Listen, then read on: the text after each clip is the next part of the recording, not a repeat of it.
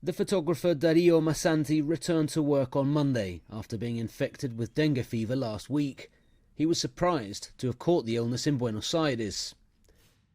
It was something that I always associated with the northern part of the country, with rainforests and more subtropical weathers.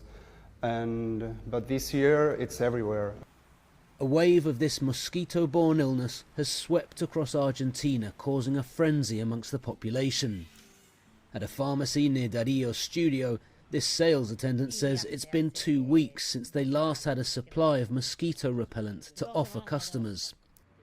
Last week, Argentina's government eased imports of mosquito repellent to cope with demand, but swarms of mosquitoes continue to plague urban areas.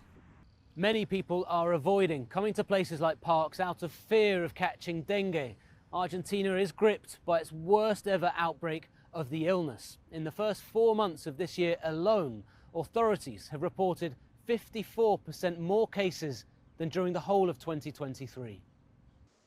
As dengue fever cases surge, the nation's public health system has been overwhelmed. Symptoms include fever, headache, fatigue, and muscle and joint pain. 4 years ago, dengue fever researcher Diego Ojeda was part of the team that developed a COVID-19 self-test during the pandemic. This team is now close to releasing a similar rapid test for dengue fever to ensure authorities have accurate data on the spread of the illness. Ojeda explains that people infected for a second time with a different strain of dengue fever can suffer serious health complications.